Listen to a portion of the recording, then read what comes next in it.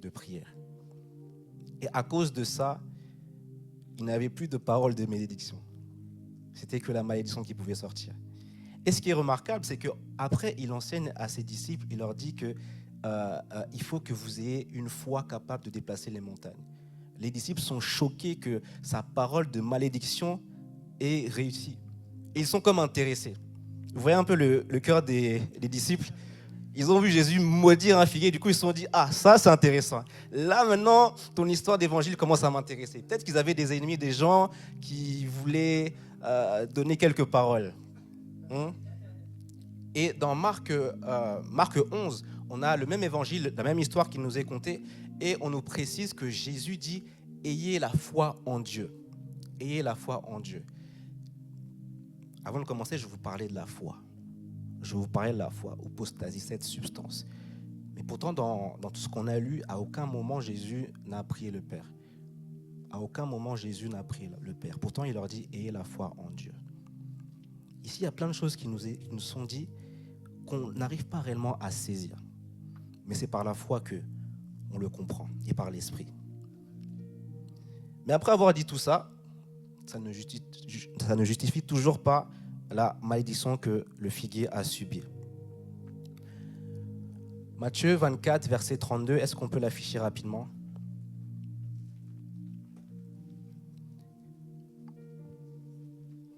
Matthieu 24, verset 32. Instruisez-vous par une comparaison tirée du figuier. Dès que ses branches deviennent tendres et que les feuilles poussent, vous connaissez que l'été est proche. Ici, cette parole du Seigneur est utilisée dans un contexte où il est en train de parler de la fin des temps. Et ce qui est étrange, ce qui est intéressant, c'est que le Seigneur, pour parler de saison, pour parler de période qui change, il va l'illustrer avec le figuier. Et c'est un peu contradictoire parce que c'est le même Seigneur Jésus-Christ qui va devant ce figuier et qui lui dit « Je ne suis pas d'accord avec le fait que tu me dises que tu n'es pas dans ta saison. » Pourtant, il prend ce même figuier pour dire « Regardez mes disciples, quand vous verrez ces choses, ça veut dire que la saison est proche, que l'été est proche, que la saison du figuier est là. » Dis avec moi, j'ai un problème avec toi, Jésus. J'ai un problème avec toi, Jésus. J'ai un problème avec toi, Jésus. Toi-même, tu dis que le figuier est une illustration et la chose qui démontre le plus que dans la vie, il y a des saisons, il y a des époques. Il y a l'été, il y a le printemps, il y a l'automne, il y a l'hiver.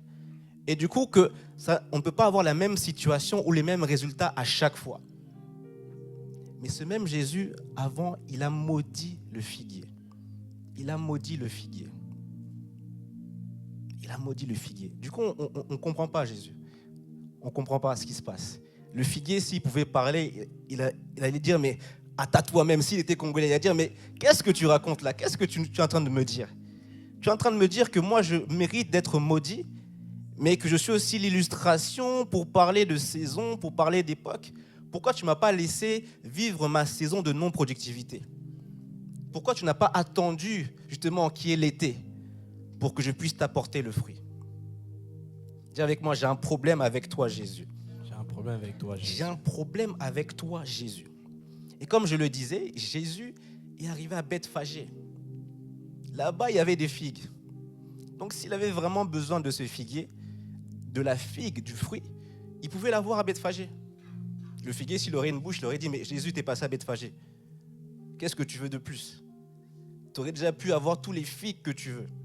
Déjà cueillis, déjà lavés, préparés, coupés, et prêts à être servis pour toi. Jésus est passé à Béthanie, la maison des dattes. Le figuier, s'il aurait une bouche, il aurait dit, mais Jésus, Bethphagée, Béthanie, des figues, des dattes. T'es vraiment trop gourmand, Jésus. Il aurait pu lui dire ça.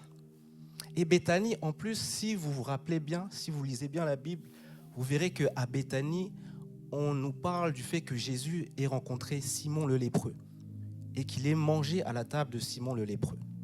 Ça veut dire qu'à Béthanie, il avait une connaissance qui pouvait le servir et le recevoir. Il avait une connaissance chez qui manger. À Béthanie, on sait également qu'il y avait Lazare, Marthe et Marie. Et vous connaissez l'histoire où Jésus arrive et il y a Marthe qui est en train de s'empresser de préparer à manger pour le Seigneur. bien que ce n'était pas la bonne part pour elle, mais cela veut dire que Jésus, lorsqu'il arrive à Béthanie, il peut aller chez eux et il peut manger. Donc, est-ce que Jésus avait vraiment faim? Est-ce que Jésus avait vraiment faim? Le figuier pouvait dire, mais Jésus, tu me maudis, tu es en train de dire que je suis hors saison, tu es en train de dire que le fruit que tu attends de moi, je ne l'ai pas, mais alors que tu as déjà eu à manger à maintes et maintes reprises. Bethphagée, Béthanie, tu as mangé, c'est Simon le lépreux, chez Lazare. Le figuier aurait pu avoir toutes ces raisons pour dire, Jésus, j'ai un problème avec toi. Jésus, j'ai un problème avec toi. Mais vous savez que parfois, lorsque on a des sauts d'humeur comme ça, les choses que tu as pu recevoir par le passé, tu peux les oublier comme ça.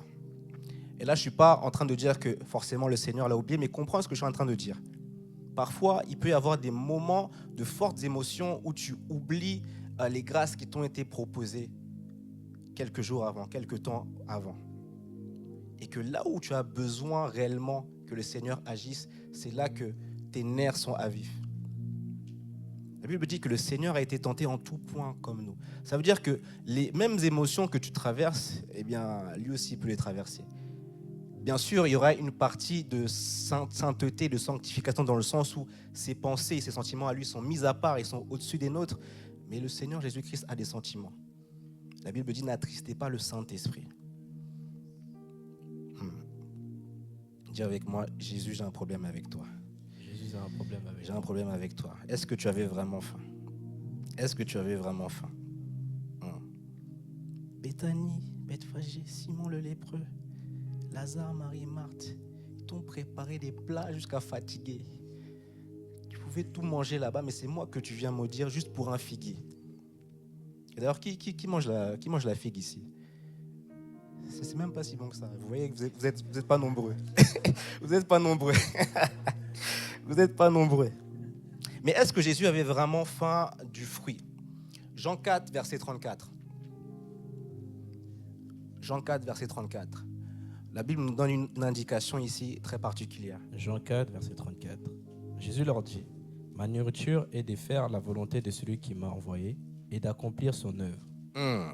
Jésus leur dit, ma nourriture est de faire la volonté de celui qui m'a envoyé et d'accomplir son œuvre. Ça veut dire que la nourriture du Seigneur, c'est là où la volonté de Dieu est accomplie, là où les œuvres sont accomplies. La volonté de Dieu, c'est ce qui va nourrir le Seigneur Jésus. Ici, le Seigneur Jésus-Christ était comme en train de vouloir cueillir une figue dans le figuier, mais en fait, il voulait se nourrir de la volonté de Dieu. Il voulait se nourrir de la volonté de Dieu. Dis avec moi, des hommes comme des figuiers. Des hommes comme des figuiers. Dis avec moi, des hommes comme des figuiers. Des hommes comme des figuiers. On va aller vite, Marc 8, verset 24.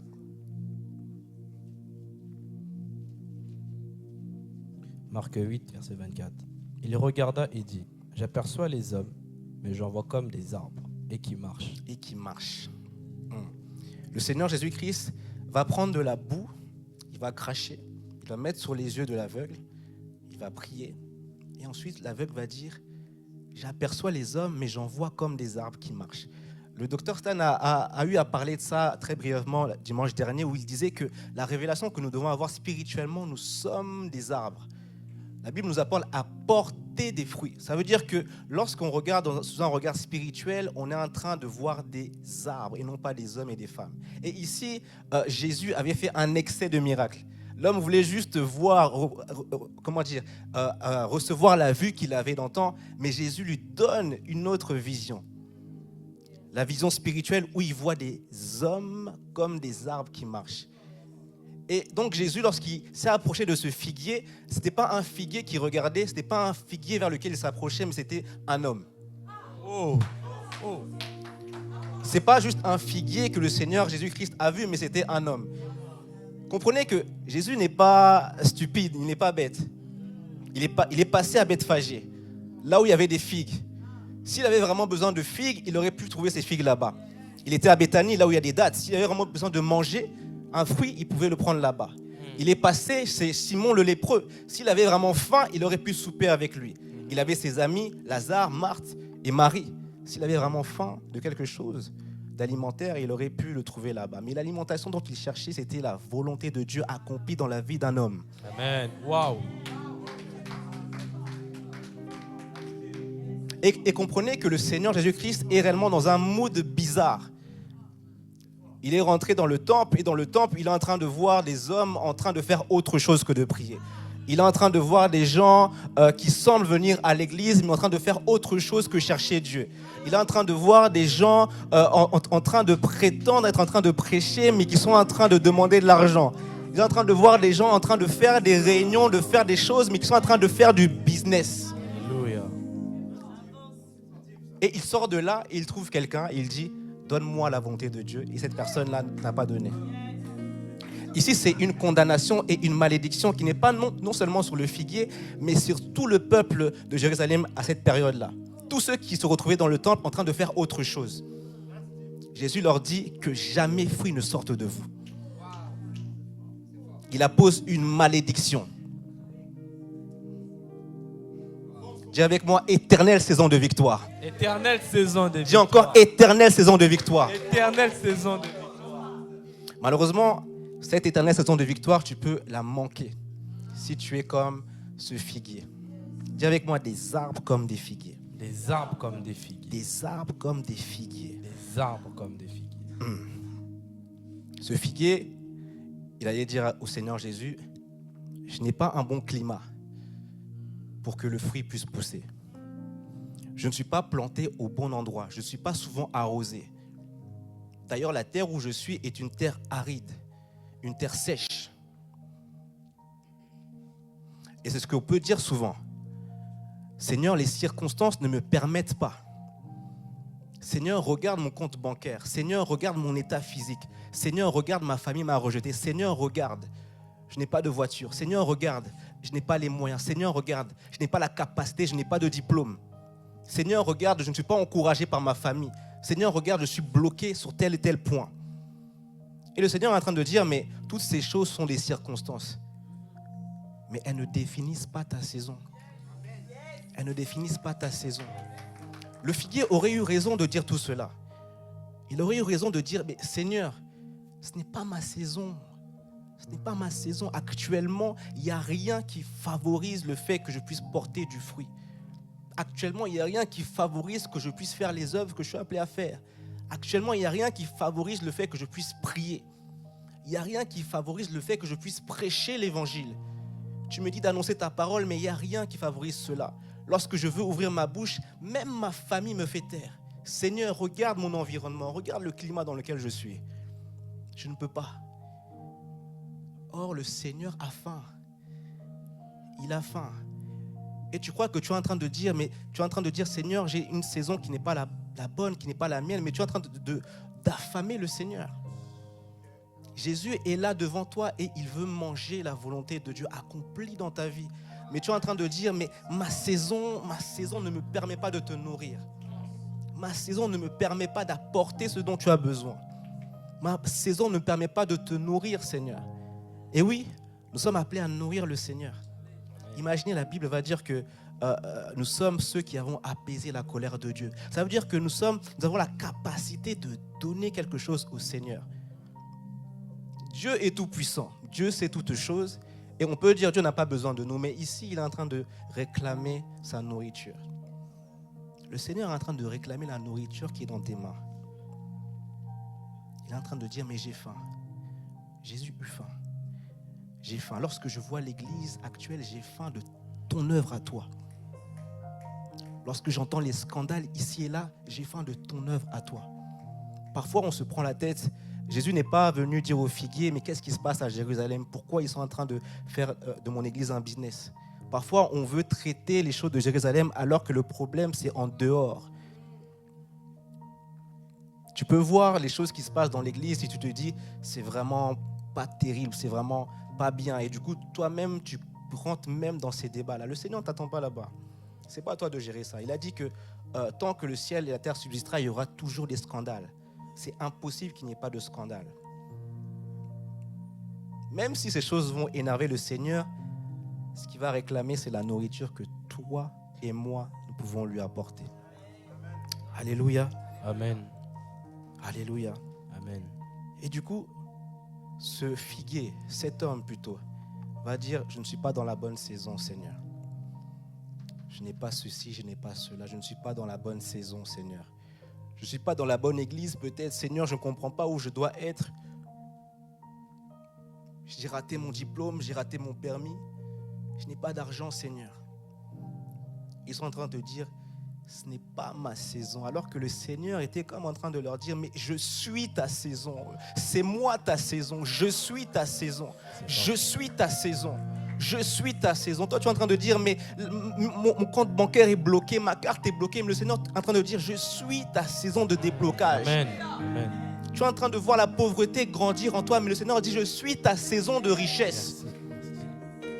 Tu es en train de te voir être rabaissé par tout le monde. Le Seigneur te dit, je suis ta saison d'élévation. Amen. Je suis ta saison. Le Seigneur disait à ce figuier, mais je suis la bonne saison pour toi. Alléluia. Je suis la saison dans laquelle tu dois produire quelque chose. Je suis la saison pour toi.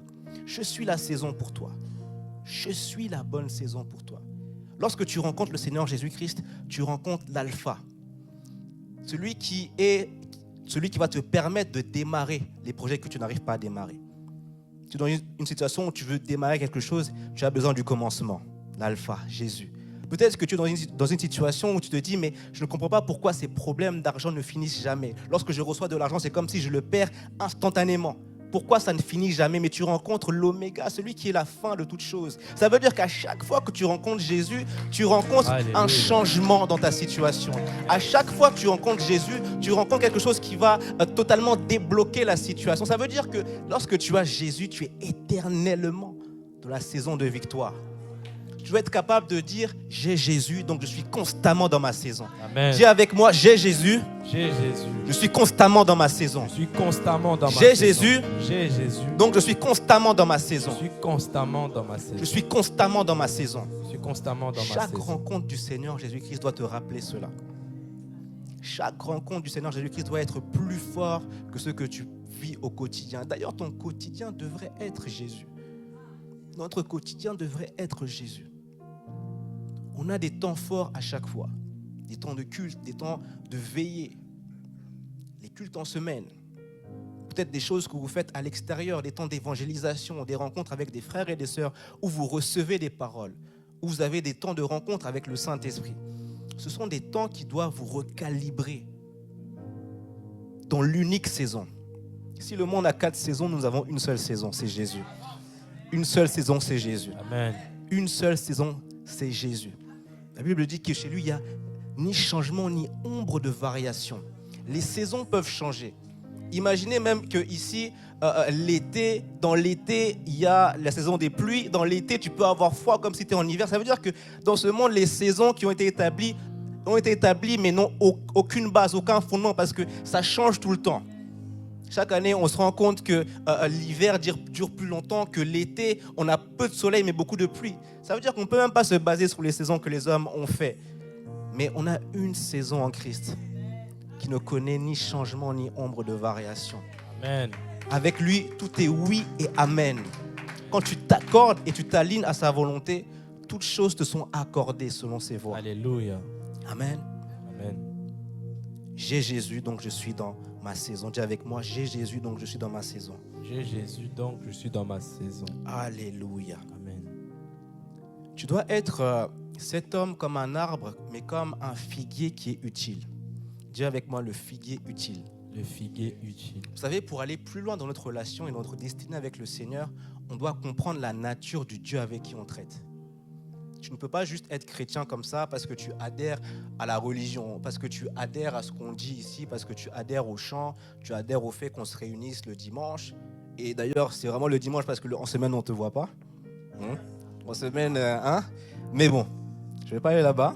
Tu adhères à ces choses, mais tu dois comprendre que tu dois aller plus loin. Chercher à saisir réellement qui est ton Dieu, qui est le Dieu qui t'appelle.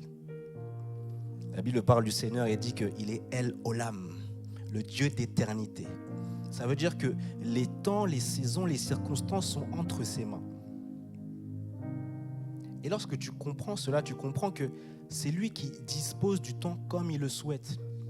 Et finalement, lorsque tu te mets de son côté et que tu saisis ta nature qui est semblable à la sienne, parce que tel il est, tel nous sommes.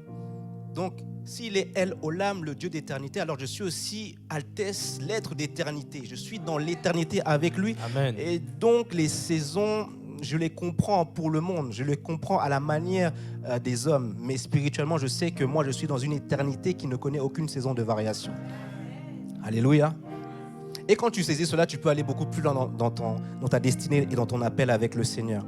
Tu comprends alors que ta vie ici ne doit pas être vécue au hasard. Tu comprends que chaque moment doit être intentionnel, que chaque moment doit être significatif. C'est pour ça que le Seigneur Jésus-Christ va prier et il va dire « Je t'ai glorifié sur terre. J'ai achevé l'œuvre pour laquelle tu m'as envoyé. » La vie de Jésus était rattachée à une œuvre. La vie de Jésus était rattachée finalement à des fruits qu'il devait porter. Et la vie de tout homme est rattachée à ce fruit-là. C'est pour cela que le Seigneur, lorsqu'il a vu ce figuier, il a dit « Mais ta vie n'a aucun sens. Autant la maudire, autant l'achever. » Si tu n'as pas des œuvres, des fruits qui témoignent du Dieu que tu sers, ta vie n'a pas de sens. Ta vie n'a pas de sens. Jésus a dit, je t'ai glorifié, car j'ai achevé l'œuvre pour laquelle tu m'as envoyé. La vie du Seigneur Jésus-Christ n'aurait eu aucun sens s'il n'avait porté aucun fruit, s'il n'avait fait aucune œuvre. Il pouvait avoir un bon message, il pouvait être amour comme il le veut, mais s'il n'avait pas fait l'œuvre de la croix, sa vie n'aurait aucun sens. Et c'est une parole pour nous. Si notre vie ne sert à rien, ne sert de rien, notre vie n'a aucun sens. On n'est pas juste né pour accompagner les autres. On n'est pas juste né ici sur terre pour être dans une famille, être aimé dans notre famille. Ce sont des bonnes choses. Mais il y a plus. Il y a beaucoup plus. Il y a beaucoup plus. Notre vie est rattachée à une œuvre. Notre vie est rattachée à une œuvre. Ce qui est intéressant, c'est que le Seigneur Jésus-Christ, comme je l'ai dit, il est né également dans une famille. Il a pu bénir sa famille. Et Jean-Baptiste, vous savez que c'est le cousin de Jésus. Mais Jean-Baptiste avait compris que la vie de Jésus était bien plus qu'être mon cousin. Donc, il était interrogé. Il s'est interrogé sur vraiment la vie du Seigneur Jésus. Il a envoyé ses disciples aller le questionner et le demander, est-ce que tu es vraiment celui qu'on doit attendre? Est-ce que tu es vraiment ce Messie? Et la réponse de Jésus est vraiment très intéressante. Les disciples de Jean-Baptiste arrivent devant le Seigneur et du coup, il lui pose la question, est-ce que tu es réellement le Messie? Est-ce que tu es réellement le Fils de Dieu? Et Jésus n'a pas cherché à donner son arbre généalogique pour dire qu'il est fils de David, qu'il est l'enfant de la prophétie. Non, il leur a dit, regardez, les démons sont chassés, les malades sont guéris, les morts ressuscitent. Regardez les fruits que je porte. Regardez mes œuvres. Regardez mes œuvres. Il y a un Jean-Baptiste qui vient te voir et te demande, est-ce que tu es réellement le Fils de Dieu que tu prétends être? Est-ce que tu es vraiment la fille de Dieu que tu prétends être? Là, il ne s'agit pas de discours pour convaincre. Il ne s'agit pas de dire que ma mère est chrétienne, que ma mère a prié pour moi. Là, il ne faut pas dire que je suis enfant, fils du camp de grâce. Non, non. Là, il s'agit de montrer tes fruits. Il s'agit de montrer tes fruits. Il s'agit de montrer les œuvres que tu fais. Et c'est ça aussi la grâce. C'est ça aussi la grâce. C'est ça aussi la grâce. La Bible dit que Jésus est venu plein de grâce et de vérité. Mais la grâce et la vérité dont il s'agissait se manifester et se matérialiser par les œuvres qu'il faisait. Ce n'était pas juste un discours d'acceptation inclusif pour tout le monde. Parce que parfois, on peut confondre la grâce avec ça. Que Dieu ne regarde pas ce que tu fais, etc. Donc tu viens comme tu es, tu restes comme tu es. Non, la grâce doit t'emmener à aussi produire des œuvres, produire des fruits. La Bible dit, produisez du fruit digne de la repentance, digne de la nouvelle naissance que tu as en Christ. Ça veut dire que la nouvelle naissance, là, est vraiment inutile s'il n'y a pas de fruit qui est produit derrière. Amen. Est-ce qu'on peut aller dans Éphésiens 2, verset 8? On va parler un peu de grâce de Dieu. On va lire du verset 8 à 10. Éphésiens 2, 8 à 10. Car c'est par la grâce que vous êtes sauvés, par le moyen de la foi. Et cela ne vient pas de vous, c'est le don de Dieu. Ce n'est pas par les œuvres, afin que personne ne se glorifie, car nous sommes son ouvrage, ayant été créés en Jésus-Christ pour des bonnes œuvres que Dieu a préparées d'avance, afin que nous les pratiquions. Alléluia, alléluia. Donc ici, on est en train de nous dire que nous sommes sauvés par grâce et par le moyen de la foi, et cela ne vient pas de nous, c'est le don de Dieu. Ça veut dire qu'il n'y a pas quelque chose qu'on va faire pour être sauvé. Est-ce que tout le monde est d'accord avec ça? Tu dois être au clair avec ça si tu es au camp de grâce. Tu es sauvé par la grâce, par le moyen de la foi. C'est la seule chose qui est requise, c'est la foi en Jésus-Christ. Avec ça, tu es sauvé, tu vas au ciel, tu es avec le Seigneur Jésus-Christ. Mais la Bible dit que nous sommes sauvés pour des œuvres que le Seigneur a prévues d'avance. On n'est pas sauvé par les œuvres, mais on est sauvé pour les œuvres. Et Jésus, Dieu notre Père, est quelqu'un qui investit et il ne manque jamais lorsqu'il investit. Ça veut dire que le fait de t'avoir sauvé par grâce, il s'attend à ce que tu pratiques les œuvres qu'il a prévues d'avance. Il s'attend à ce que tu portes du fruit. Il s'attend légitimement à ce que tu portes du fruit. La Bible va nous dire ailleurs de croître dans la grâce, de grandir dans la grâce. Et le seul moyen de grandir dans la grâce, c'est en pratiquant. C'est en pratiquant. C'est en pratiquant. Dieu a sollicité la grâce pour nous sauver afin que nous pratiquions les œuvres. Donc, lorsqu'on pratique les œuvres, eh bien, finalement, on fait grandir cette grâce qui a été sollicitée pour nous. Lorsque tu pratiques les œuvres, tu es en train de grandir dans la grâce. Tu es en train de grandir dans la compréhension même de la grâce. On peut te prêcher des heures et des heures sur la grâce, te prêcher des heures et des heures sur la bénédiction, te prêcher des heures et des heures sur ce que tu dois faire pour grandir. Mais si tu ne pratiques pas les œuvres qui ont été prévues pour toi, tu ne grandiras pas dans la grâce. Et dans le royaume de Dieu, un des principes, c'est que plus tu as, plus on te donne. Moins tu as, plus on te retire. C'est un peu bizarre, non? Mais il n'y a pas de stagnation en Christ. Soit tu avances, soit tu recules. Tu ne restes jamais au même niveau. Tu ne restes jamais au même niveau. Celui qui ne multiplie pas, eh bien, on le retire, même le don qu'on lui a donné. Celui qui ne multiplie pas, on le retire même le don qu'on lui a donné. Ici, je ne dis pas que Dieu va te retirer le salut. Comprends bien. Mais tu ne grandiras pas dans la grâce si tu ne pratiques pas les œuvres qui vont avec la grâce. Si tu ne produis pas du fruit. Parce que à quoi sert finalement ce figuier que Jésus a rencontré? À quoi est-ce qu'il sert s'il n'y a pas de fruit? À quoi est-ce qu'il sert s'il n'y a que des feuilles? À quoi est-ce qu'il sert s'il ne peut même pas nourrir le Seigneur? Et c'est une question pour nous tous. À quoi est-ce qu'on peut servir au Seigneur? Bien sûr, on va satisfaire son amour parce qu'il nous aime. Mais il a une faim. Une faim qui demande à ce que tu lui présentes un plateau avec tes fruits, avec tes œuvres. Dis avec moi, je veux nourrir Jésus. Je veux nourrir Jésus. Je veux nourrir Jésus. Je veux nourrir Jésus. Je veux nourrir Jésus. Je veux nourrir Jésus. Acte 2, verset 22, Pierre est en train de parler. Il dit, « Hommes israélites, écoutez ces paroles.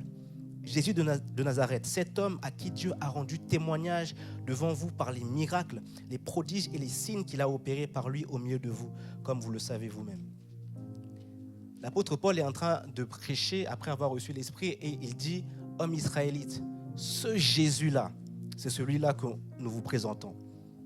Le Jésus-là, pas le Jésus, juste le charpentier, le fils de Marie et Joseph. Non, le Jésus à qui Dieu a rendu témoignage. » D'autres versions disent ce Jésus que Dieu a approuvé par des miracles, par les prodiges, par les signes qu'il a opérés.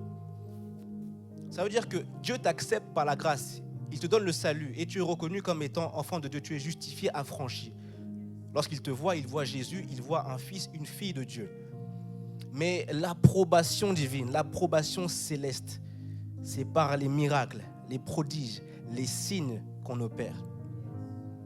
Jésus n'a pas été approuvé, accrédité parce qu'il était juste fils de Dieu, parce qu'il était juste amour, mais par ses miracles, par ses signes, ses prodiges, finalement par les œuvres qu'il a fait, par le fruit qu'il a manifesté. Il y a une approbation qu'on cherche, mais on la cherche chez les hommes. On cherche ça peut-être chez nos familles, nos parents, à l'église. On veut montrer que nous aussi, on peut faire ceci, donc qu'on peut être approuvé. On cherche que les gens puissent nous acclamer, alors qu'on devrait chercher l'approbation de Dieu. La Bible va dire à plusieurs reprises qu'une voix se fait entendre du ciel. Que Dieu puisse faire entendre sa voix. C'est vraiment le témoignage qu'on devrait rechercher. Que Dieu puisse faire entendre sa voix. Et ça peut être la voix directe de Dieu comme ça, mais quelqu'un peut recevoir une parole de prophétie qui te concerne toi et qui vient juste approuver la personne que tu es. Et souvent, lorsqu'on a des temps de prophétie, eh bien, on va voir des choses sur les personnes et on va dire que tu es appelé à ceci, appelé à cela, que toi, tu es comme ça, tu es comme ci. C'est le Seigneur qui est en train d'approuver. Et parfois, tu te plains, tu te dis, mais moi, on ne prophétise jamais sur moi.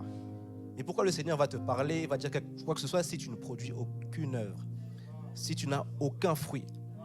Parfois, on va se dire, mais peut-être qu'ils ont vu ça entre eux parce que c'est toujours les mêmes qui reçoivent les paroles.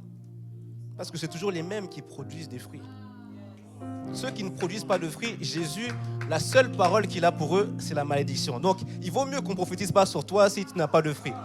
Il vaut mieux qu'on ne prophétise pas sur toi si tu n'as pas de fruits, si tu ne fais aucune œuvre.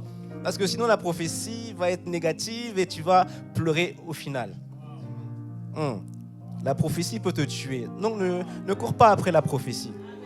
Ne cherche pas les prophètes, les conférences, parce que si les œuvres ne sont pas derrière pour acquiescer et pour orienter la parole de Dieu, la parole qui sortira sera une parole de malédiction. Parfois on dit que ce sont les prophètes de malheur, mais ce sont des prophètes de Dieu. Et ils prophétisent à des gens qui vivent malheureusement une vie qui attire le malheur. Amen. Dis avec moi, éternelle saison de victoire. Éternelle saison de victoire. Éternelle saison de victoire. Éternelle saison de victoire. C'est le nom du thème, mais si tu comprends et que tu es un ancien du camp, ici on est en train un peu de parler de la part d'ombre de Dieu. On dirait que c'est la partie 2. On dirait que c'est la partie 2. Dis avec moi, shadow. Shadow. Jésus veut ton fruit. Dis à ton voisin, Jésus veut ton fruit. Ça, c'est une parole Jésus plutôt veut douce. ton fruit. Dis encore à l'autre, Jésus veut ton fruit. Jésus veut ton fruit. Il veut ton fruit. Dis encore, Jésus veut ton fruit, qu'ils comprennent. Jésus veut ton fruit. Jésus est arrivé, comme je l'ai dit au début, à Bethphagée. Il y avait les figues qui étaient là. Il est parti à Béthanie. Il y avait les dattes qui étaient là. Mais c'est le fruit du figuier qui se retrouvait un peu en dehors qu'il voulait. Ça veut dire que Jésus voit ce que les autres font. Il voit les fruits et les œuvres des autres, mais c'est ton œuvre à toi qu'il recherche. C'est ton œuvre à toi qu'il recherche. Ça veut dire que tu ne dois pas chercher à copier ce que l'un fait, ce que l'autre fait. Tu ne dois pas te projeter sur la vie de ton homme de Dieu, de ton pasteur, même de ton père spirituel. Il y a des choses que tu peux, recevoir, et c'est normal, et c'est préférable d'ailleurs. Il y aura des expériences qu'il pourra te donner qui vont faire en sorte que tu vas être catapulté dans ta destinée et tu ne perdras pas du temps. D'ailleurs, on bénéficie de ça ici au Camp de Grâce. Mais tu ne dois pas chercher à copier exactement les mêmes fruits. Tu ne dois pas chercher à faire exactement les mêmes œuvres. Parce que si Jésus avait besoin de cette œuvre-là, textuellement parlant, il serait parti voir justement ton homme de Dieu, ton frère ou ta sœur. C'est ton œuvre à toi. C'est ton fruit à toi. Seul toi peux le produire. Vous verrez même que, même naturellement, comme ça, un arbre, un pommier et un autre pommier, les pommes vont être différentes. Même si c'est la même espèce. Ça veut dire qu'il y a toujours une particularité que chacun possède, que chacun a. Et que Dieu cherche. Dieu, vous savez, il mange équilibré. Il mange un peu de tout. Dieu aime notre docteur Stan avec sa manière d'annoncer l'évangile, avec ses œuvres à lui, comment il bénit le peuple de Dieu. Dieu aime également pasteur Victoire avec sa manière d'annoncer l'évangile et de bénir le peuple de Dieu. Dieu cherche également ta manière à toi d'annoncer l'évangile. Dieu cherche également tes fruits. Dieu cherche également ton œuvre. Alors inspire-toi, regarde ce que font les autres, c'est bien. Mais ne copie pas. Ne copie pas. Ne sois pas celui qui va chercher à faire exactement la même chose. Parce que déjà, premièrement, tu ne vas pas arriver. Tu ne vas pas arriver. pas prêcher comme le prophète Yann, tu ne peux pas prêcher comme moi, tu ne peux pas prêcher comme Dr Stan. Tu ne peux pas faire la même chose que l'autre. Fais ce qui est fait pour toi. Il y a peut-être les dattiers là-bas qui produisent de la date, les figuiers de Bethphagée, mais c'est la figue du figuier qui était en dehors que Dieu veut. Parfois, tu te dis, mais moi, je suis différent des autres. Moi, je ne sais pas, j'ai comme une approche différente. C'est bien de dire tout ça, mais avec tout ça, il faut aussi que tu produises un fruit finalement. Souvent, les gens, ils aiment bien se dissocier des autres, dire qu'eux, ils sont différents, qu'ils sont spéciaux. Mais il n'y a pas de fruit, il n'y a rien. Finalement, tu parles beaucoup. Tu as bois, mais tu n'es pas dangereux, comme dirait l'évangéliste Bouba.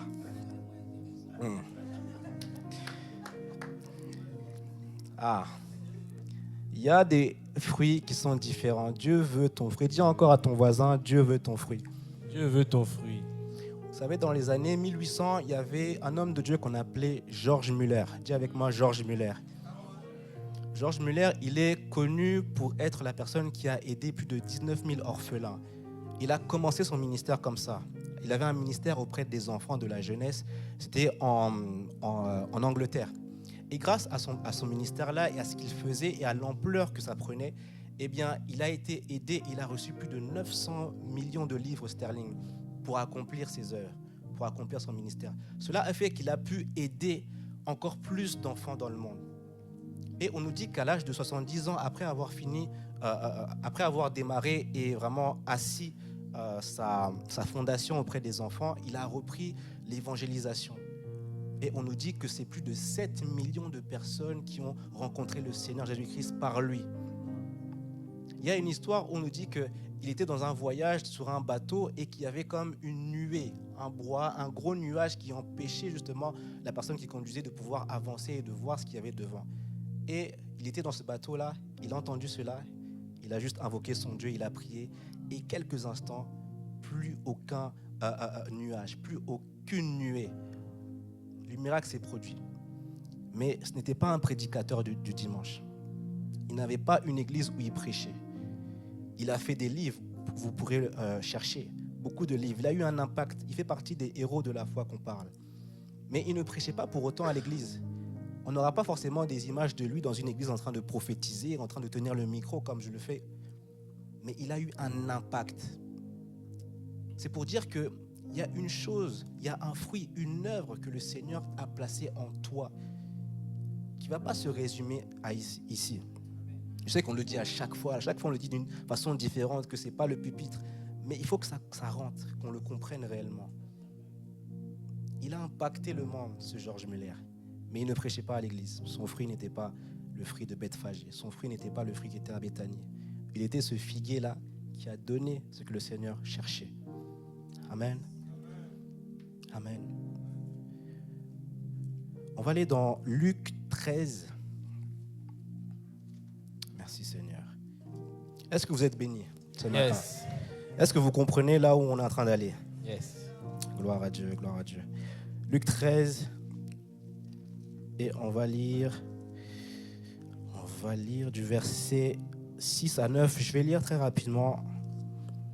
La Bible dit, il dit aussi cette parole. Un homme avait un figuier planté dans sa vigne. Il vint pour y chercher du fruit. Il n'en trouva point. Alors il dit au vigneron, voilà 3 ans que je viens chercher du fruit à ce figuier et je n'en trouve point. Coupe-le. Pourquoi occupe-t-il la terre inutilement? Le vigneron lui répondit, Seigneur, laisse-le encore cette année. Je creuserai tout autour et j'y mettrai du fumier. Peut-être là, à l'avenir, donnera-t-il du fruit, sinon tu le couperas. Ici, on est en train de comprendre que Jésus a fait de son histoire, de son expérience, toute une parabole.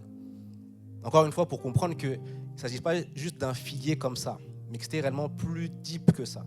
Il en fait une parabole et il explique que la figue qui est dans la vigne d'un vigneron ne sert à rien si elle ne porte pas de fruits. Elle occupe inutilement la place. C'est comme si Jésus est en train de dire, s'il avait le micro ce matin, il dirait, il y a des gens ici qui occupent inutilement leur place. On a acheté des chaises que tu occupes inutilement. Ah, peut-être que Jésus dirait, lève-toi, prends ta route. Parce qu'il est en train de dire au vigneron, mais coupons-le. Parce qu'il est inutile. Il ne sert à rien. C'est comme si il viendrait voir le prophète, il dit, mais cette personne-là, elle ne sert à rien. Chasse-la. Le Seigneur est en train de nous enseigner que le fait de ne pas porter de fruits fait qu'on occupe inutilement la place. La Bible nous fait comprendre que le Seigneur s'en va au ciel et qu'il prépare des lieux, qu'il prépare des habitations et des maisons en fonction de l'œuvre de chacun. Il y a des récompenses, vous savez cela, non?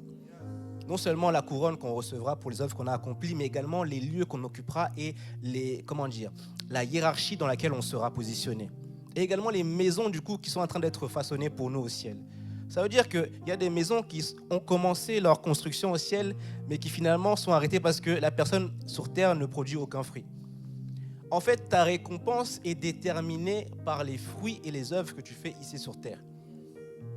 Comme je l'ai dit, on n'est pas sauvé par les œuvres, mais notre confort au ciel est défini par nos œuvres. On est récompensé par nos œuvres, récompensé par le fruit qu'on produit. Et parfois, on perd cela de vue. On est tellement à l'aise dans ce qu'on fait, tellement à l'aise dans la culture chrétienne finalement, que ça nous échappe. Mais il y a une mort qui est là, il y a une vie après la mort, et il faudrait que tu prépares celle-ci. Souvent quand on dit ça, on a ce discours, c'est pour faire peur aux gens. Non, ici vous savez tous que vous êtes sauvés. Si vous avez Jésus, vous êtes sauvés. Si vous croyez en Jésus, vous êtes sauvés. Peut-être que tu as péché même ce matin, tu t'es bagarré avec quelqu'un, mais si tu crois en Jésus, que tu es là, tu es sauvé. Amen. Est-ce qu'il y a des sauvés ici? Amen. Amen. Amen, hein? Amen. Mais tes œuvres et le fruit que tu vas produire vont déterminer ta place au ciel, vont déterminer le confort que tu auras là-haut.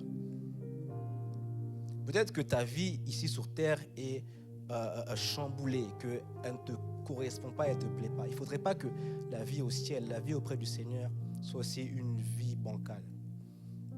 Parce que même dans la gloire de Dieu, bien sûr, nous serons dans la félicité, il n'y aura plus de chagrin, plus de larmes.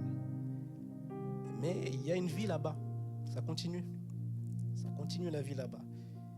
Et malheureusement, ce n'est pas là-bas qu'il va falloir venir prouver des choses. Il n'y aura pas de prophétie à donner à quelqu'un. Il n'y aura pas une main imposée à quelqu'un. Tout le monde sera déjà en très bonne forme. Il n'y aura pas d'orphelins là-bas. Les orphelins sur terre auront leur père. Il n'y aura pas de veuves. Il n'y aura pas de veufs. Il n'y aura pas de personne dans le besoin. Il n'y aura pas de personne qui est dans la solitude, qui a besoin d'une oreille à qui parler.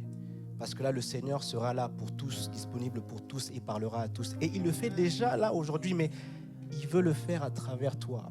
Et c'est ce fruit qu'il attend de toi. Toutes ces choses que tu peux faire aujourd'hui, ne les néglige pas. Parce qu'elles détermineront ton avenir au ciel. Elles détermineront ton avenir au ciel. Et ici, on dirait que le penchant de Jésus, c'est vraiment de retirer, de couper cette fille qui occupe inutilement la place. Mais regardez, le vigneron, il dit, Seigneur, laisse-le encore 7 années. Je creuserai autour et j'y mettrai du fumier. Qui sait ce que c'est du fumier? Ok. Qui sait comment, de quoi est composé le fumier? Ok. Composé de déchets, composé de boue, composé d'excréments, d'urine d'animaux. Toutes ces choses-là qui ont, je pense, c'est pas très bon, hein. C'est une mauvaise odeur. Et parfois, tu es comme ça dans ta vie, tu sembles voir comme si autour de toi, il y a une odeur d'échec, une odeur même de mort et de maladie, comme s'il y a une odeur d'excrément. On dirait que les gens viennent mettre leurs déchets chez toi. On dirait que c'est vraiment vers toi qu'on vient tout lâcher. Quelqu'un s'est embrouillé avec son père là-bas, mais c'est vers toi qui vient se défouler. Parfois même tes parents ont des rancœurs. Dans des temps où il y a des divorces, eh bien les rancœurs vont malheureusement être, déversées sur les enfants. Et tu ne comprends pas pourquoi dans ma saison, j'ai ce sentiment d'être entouré d'odeurs de mort, d'incompréhension, de confusion. C'est comme si on est en train de creuser ma tombe, mais tu ne comprends pas que c'est la dernière option que le Seigneur a pour que tu puisses produire du fruit. Tu ne comprends pas que c'est la dernière option qu'il y a, qu'encore cette année, laisse-le encore cette année, ne le retire pas de la vigne, encore cette année, je creuserai, je mettrai du fumier. Le Seigneur est le Dieu des dernières chances. Même si tu ne portes pas de fruits, même si dans tout ce que j'ai dit, tu t'es senti concerné dans le sens où tu t'es senti jugé parce que quand tu regardes, tu ne portes pas de fruits. Cette année encore, le Seigneur, avec tout ce qu'il fait, les bonnes choses comme les mauvaises choses qui t'arrivent, il est en train de creuser et de mettre du fumier afin que le fruit puisse sortir. Afin que le fruit puisse sortir. Et parfois même, ce fumier peut venir de toi. Parfois, tu peux faire des choses que toi-même, tu ne comprends pas. Prendre des décisions qui semblent être vraiment aléatoires et qui résultent en désastre. Et tu ne comprends pas pourquoi le Seigneur a permis cela. Tu te dis, mais Seigneur, tu m'as abandonné. Tu n'as pas été avec moi. On a dit 2024, c'est mon année, mais finalement, j'ai l'impression que plus on avance vers 2025, que j'ai raté mon année, que j'ai perdu du temps. J'ai même perdu des proches. Mais regardez ce figuier qui était en dehors, entre Bethphagée et Béthanie. Il n'a pas porté de fruits. À Béthanie encore, à cette période-là, on avait encore Lazare qui était là. Parce que Lazare n'était pas encore mort. Et la Bible va dire que si un fruit ne meurt pas et ne tombe pas en terre, il ne peut pas porter du fruit. Il y a des Lazare dans ta vie qui ne sont pas encore morts. Et c'est pour cela que le Seigneur, lorsqu'il arrive devant le figuier que tu es, il ne trouve pas le fruit. Lazare n'était pas encore dans le tombeau, il n'était pas encore rentré sous terre et du coup le fruit ne pouvait pas encore germer. Ces paroles ne sont pas là au hasard. Il y a des Lazare dans ta vie, des amis à toi, des choses qui te sont chères, qui doivent mourir, passer en terre pour porter du fruit dans ta vie. Il y a des choses que tu dois enterrer. Le Seigneur Jésus-Christ avait été prévenu de sa maladie bien avant qu'il arrive jusqu'à la mort. Et comprenez que lorsqu'on envoie quelqu'un dire un tel est malade, ça veut dire que la maladie est grave, qu'il est à un pas d'agoniser et de mourir. Le Seigneur pouvait intervenir même à distance, mais il a laissé le temps s'écouler. Il a laissé le temps s'écouler. Et c'est juste après le 4e jour qu'il est allé. Là où le corps sentait déjà, là où il y avait déjà la décomposition, là où déjà les cellules étaient déjà rentrées en terre, là où il commençait déjà à redevenir poussière. Parce qu'auparavant, lorsqu'il avait vu le figuier n'avait pas de fruit. Parce que Lazare était encore là, son ami était encore là, il n'y avait encore rien qui pouvait produire un fruit. Il y a des choses que le Seigneur demande à ce que tu puisses laisser mourir en terre pour que le fruit puisse sortir de toi. C'est la part d'ombre du Seigneur. Là où il te demande de sacrifier des choses. Là où il demande le sacrifice. Bien sûr, l'obéissance vaut mieux que le sacrifice, mais dans une destinée, si tu veux aller à l'étape supérieure, ça demande le sacrifice. Et dans la chronologie du Seigneur, c'était important que Lazare meure à cette période-là. C'était important qu'il meure à cette période-là. Parce qu'à Béthanie, il était rentré et il avait prêché déjà dans la synagogue. Quand il avait prêché, il avait été chassé et on avait tenté de le faire tuer la première fois. Et du coup, il était allé alors que Lazare était encore là. Il n'y avait encore rien qui attestait de Jésus là dans ce milieu. La deuxième fois, quand il est allé, Lazare était mort. Là, il pouvait avoir le fruit qui témoignait qui il était. Comme je l'ai dit, il a été approuvé par ses miracles. Donc, lorsque Lazare est mort, qu'il a ressuscité, le miracle s'est produit. Et du coup, l'approbation a pu être là. Donc, ça faisait partie de sa destinée que Lazare, son ami, meure et qu'il le laisse mourir afin que le fruit puisse, afin que la graine puisse porter son fruit. La graine était Lazare. Quelle est ta graine à toi? Quelle est la graine que tu dois laisser mourir en terre? Quelle est la graine que tu dois laisser mourir en terre? Peut-être une relation, peut-être un projet, peut-être quelque chose auquel tu t'es attaché. C'est la partie où c'est difficile. C'est la partie où la chrétienté devient difficile. C'est la partie où on dit non à Dieu certaines fois. Quand il y a des messages de bénédiction, et vous avez vu le titre, peut-être que vous êtes venu avec cette envie de dire Amen, mais là, il n'y a plus d'Amen. Car tu dois faire mourir quelque chose. Tu dois faire mourir quelque chose. Si tu veux porter le fruit que le Seigneur attend, il y a quelque chose qui doit mourir. Il y a une graine qui doit rentrer en terre. Il y a une graine qui doit rentrer en terre. C'est la part d'ombre de l'éternelle saison de victoire. L'éternelle saison de victoire, ça ne veut pas dire la joie dans l'émotion, dans ce qui est visible. Parce que même dans la mort, tu dois te réjouir de l'espérance que tu as. Et au camp de grâce, on a vécu cela ces derniers temps. Même dans le deuil, eh bien, notre espérance est en Jésus, est bâtie et fondée en Jésus. L'espérance que nous avons de revoir les nôtres sont en Jésus. Même lorsque tu vois comme l'échec dans ta vie, l'espérance que tu as, c'est qu'en Jésus, tu réussiras. Et c'est ça l'éternelle saison de victoire. Ce n'est pas le fait que tout te réussisse à chaque fois, ou du moins dans ce que tu attends de la réussite, dans ta vision de la réussite. Pour Jésus, lorsqu'on lui a dit que Lazare était mort, il a dit yes, au fond de lui. On dit Jésus pleura, mais au fond de lui, il a dit yes. Parce que sinon, c'est hypocrite. On t'a dit, il est malade, viens, agis, et c'est seulement quand il est mort que tu commences à pleurer. Jésus, quand même. Il avait un plan, il avait un agenda. Il s'est dit yes, il a pu cocher. Il a dit, c'est le moment. C'est le moment. Soyons des figuiers utiles qui portent du fruit. Alléluia. Et je reviens encore sur l'histoire de ce figuier à Matthieu 21. Et on nous dit qu'ils étaient arrivés à Bethphagée, entre Béthanie, devant le mont des Oliviers et à côté de Jérusalem.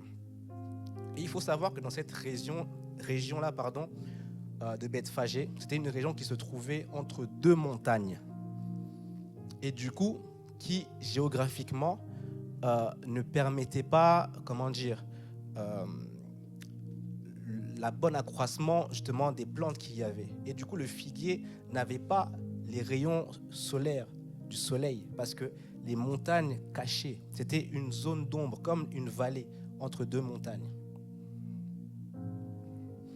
Et ici, on peut un peu prendre cette image pour l'appliquer à nous-mêmes. On peut être dans ces temps où on a passé un temps d'élévation, on a été à la montagne, un temps puissant avec le Seigneur, mais on se retrouve dans la vallée.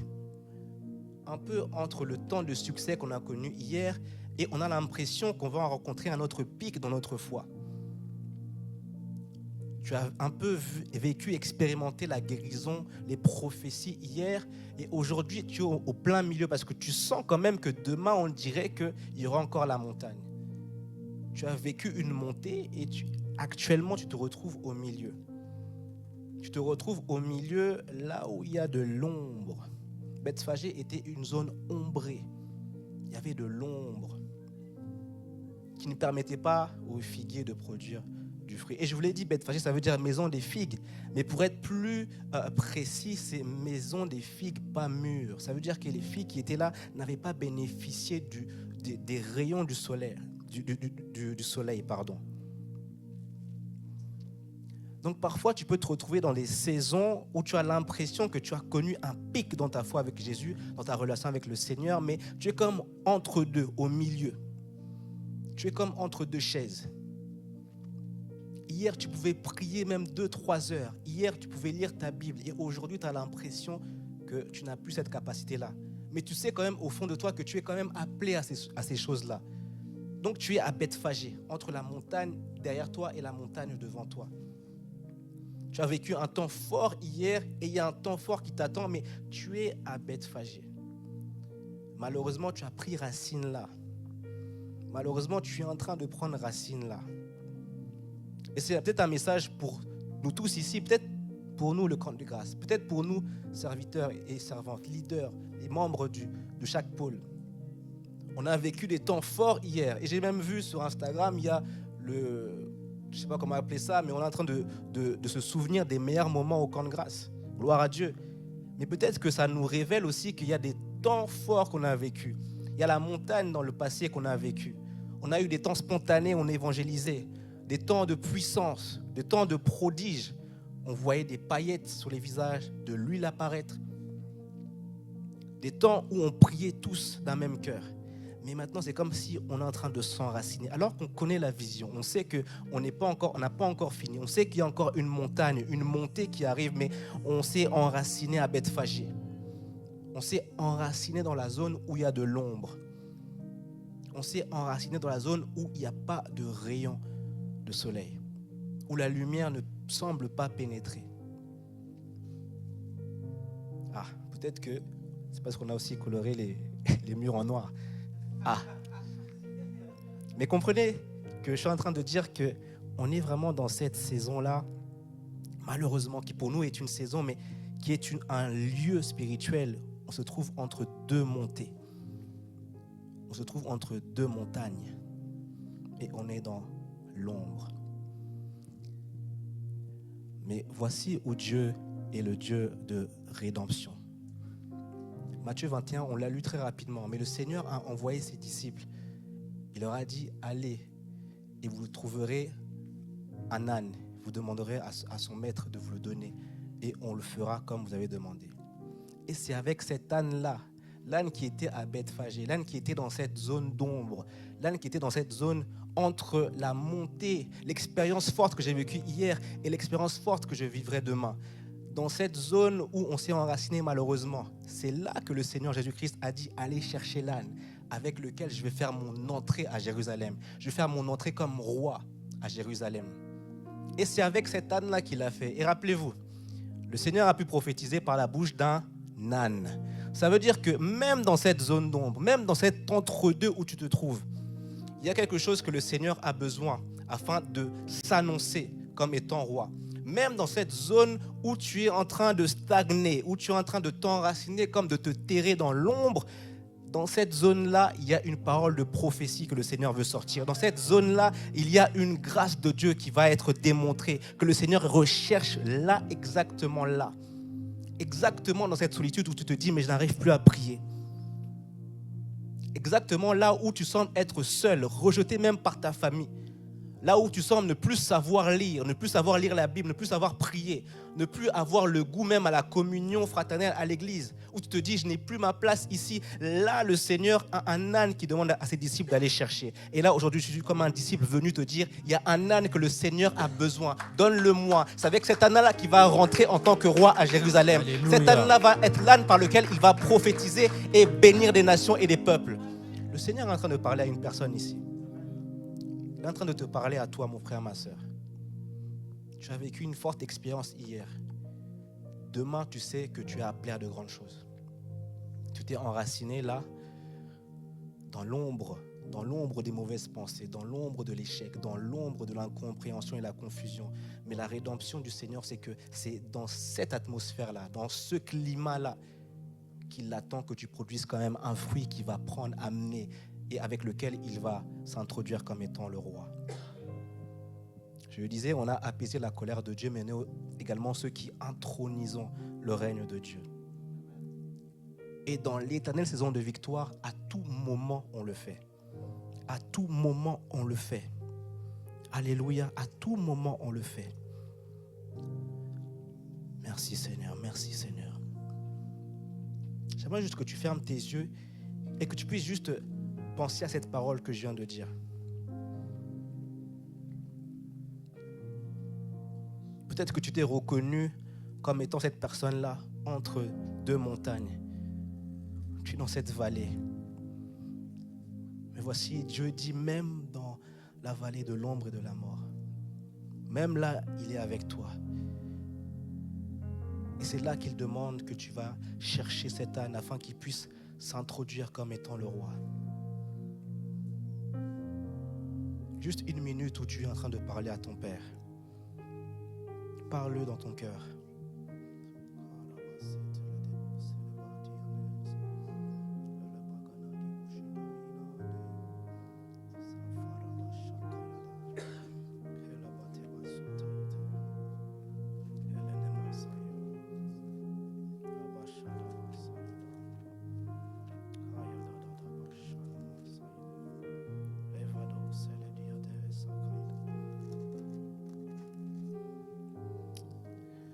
Alléluia.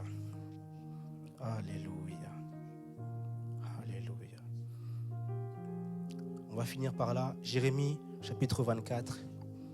Et nous lisons du verset 1er au verset 7. Jérémie 24. L'Éternel me fit voir 2 paniers de figues posés devant le temple de l'Éternel. Après que Nebuchadnezzar, désolé, roi de Babylone, eut emmené de Jérusalem et conduit à Babylone Jéconia, fils de Joachim, roi de Juda, le chef de Juda, les charpentiers et les serruriers. L'un des paniers contenait de très bonnes figues, comme les figues de la première récolte, et l'autre panier de très mauvaises figues qu'on ne pouvait manger à cause de leur mauvaise qualité. L'Éternel me dit, que vois-tu, Jérémie? Je répondis, des figues. Les bonnes figues sont très bonnes, et les mauvaises sont très mauvaises et ne peuvent être mangées à cause de leur mauvaise qualité. La parole de l'Éternel me fut adressée en ces mots. Ainsi parle l'Éternel, le Dieu d'Israël. Comme tu distingues ces bonnes figues, ainsi je distinguerai pour leurs êtres favorables les captifs de Juda que j'ai envoyés de ces lieux dans le pays des Chaldéens. Je les regarderai d'un œil favorable et je les ramènerai dans ce pays. Je les établirai et ne les détruirai plus. Je les planterai et ne les arracherai plus. Je leur donnerai un cœur pour qu'ils connaissent que je suis l'Éternel. Ils seront mon peuple et je serai leur Dieu. Ils revenaient à moi et de tout leur cœur. Alléluia. Amen. Verset 3. Que vois-tu, Jérémie? Je répondis, des figues. Les bonnes figues sont très bonnes et les mauvaises sont très mauvaises et ne peuvent être mangées à cause de leur mauvaise qualité. La parole de l'Éternel me fut adressée en ces mots. Ainsi parle l'Éternel de Dieu d'Israël. Comme tu distingues ces bonnes figues, ainsi je distinguerai pour leur être favorable les captifs de Juda que j'ai envoyés de ce lieu dans le pays des Chaldéens. Les mauvaises figues ne sont pas parmi nous. Ici, il n'y a que des bonnes figues. Si tu crois au Seigneur Jésus-Christ, il n'y a que de bonnes figues. La Bible dit que nous ne sommes pas nés d'une semence corruptible. Nous ne sommes pas nés d'une semence humaine. Nous ne sommes pas nés par l'intelligence. Nous ne sommes pas nés par les œuvres. Mais nous sommes nés d'une semence incorruptible. Et donc, nous sommes inévitablement des figuiers qui produisent de bons fruits.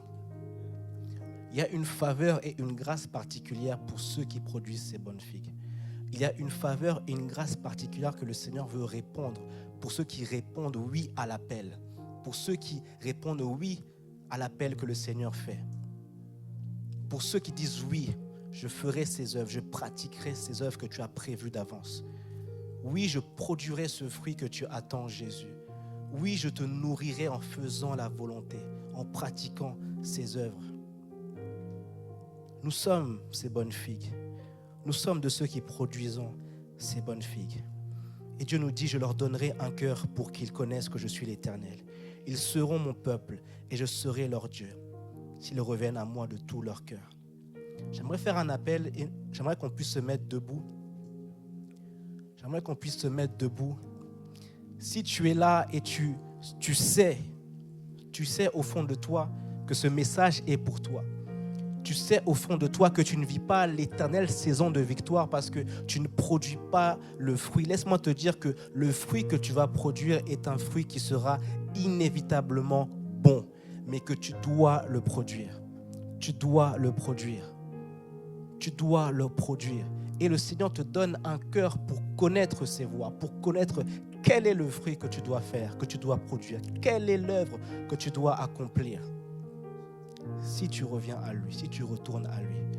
Alors qu'on ferme les yeux, j'aimerais juste que tu lèves ta main et que s'il s'agit de toi, que tu puisses dire oui Seigneur, je veux produire mon fruit.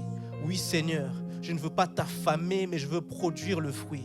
Je veux produire le fruit Seigneur. Là où tu es, élève ta voix et commence à parler à ton Dieu. Commence à parler à ton Dieu. Oh Père, Seigneur Dieu, Papa, nous voulons être comme ces hommes, comme des figuiers. Nous voulons être comme ces hommes, comme des figuiers, mais des figuiers utiles. Des figuiers qui produisent un fruit qui t'est agréable. Des figuiers qui produisent un bon fruit. Un bon fruit pour toi. Un bon fruit pour ta gloire, Seigneur. Père, tu nous as sauvés par grâce, Seigneur, pour que nous pratiquions des œuvres, Seigneur Dieu. Père, nous voulons pratiquer ces œuvres, Seigneur Seigneur Dieu, papa. Nous ne voulons pas faire autre chose, papa, de ton temple. Nous ne voulons pas faire de ton temple un business, papa. Mais laisse que les hommes, les arbres que nous sommes, puissions produire du fruit digne de la repentance, Seigneur Jésus. Oh Père, nous ne voulons pas retenir le fruit en regardant les circonstances, car les circonstances ne sont pas notre saison. Jésus, tu es ma saison. Jésus, tu es ma saison éternelle de victoire. Jésus, tu es ma saison éternelle de victoire. Et je veux marcher dans la victoire. Élève ta voix, peuple de Dieu. Prie là où tu es. Prie là où tu es. Oh, dans une éternelle saison de victoire. Oh, déverse ton cœur devant le Seigneur. Parle à ton Père. Parle à ton Père comme l'enfant que tu es pour lui. Parle à Jésus. Parle à Jésus. Élève ta voix. Élève ta voix. Élève ta voix et rends-toi utile dans la vigne du Seigneur. Papa, Seigneur, qui te plaît.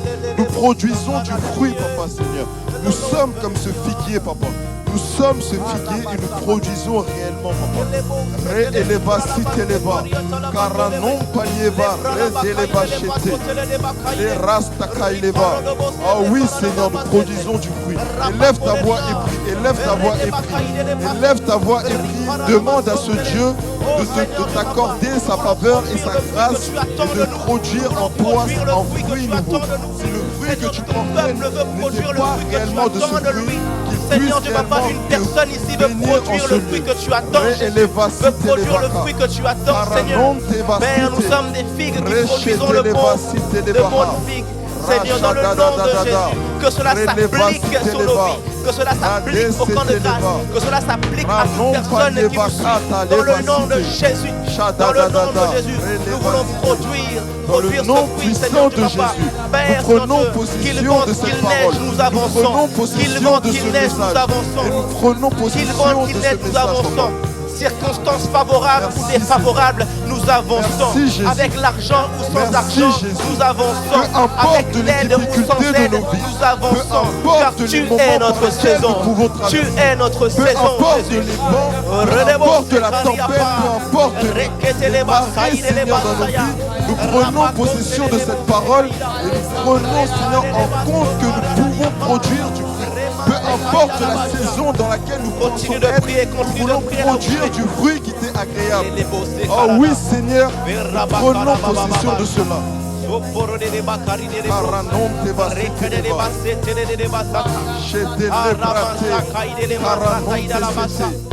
Merci Jésus. Continue de parler à papa. Continue de parler à ton Père là où tu es. Peu importe les moments de difficulté, peu importe les moments par lesquels je peux traverser, peu importe la saison dans laquelle je peux penser être, tu es ma saison, Jésus. Tu es ma saison, Jésus.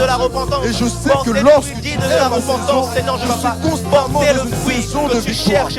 Merci Jésus. Merci pour qui tu es dans nos pas juste être des figues avec des feuilles pour couvrir le péché, mais nous voulons être des figues avec le fruit qui te nourrit, Jésus. Merci Jésus. Merci parce qu'en toi, Seigneur, je suis constamment dans la victoire, peu importe les paroles, Seigneur, qui sont dites dans ma vie. Peu importe ce que le monde, Seigneur, peut dire de moi, je sais que je suis constamment dans ma saison. Parce que j'ai celui qui est ma saison. Tu es ma saison, Jésus. Re-eleva, si t'eleva. Car non palieva. Merci Jésus. Merci Jésus.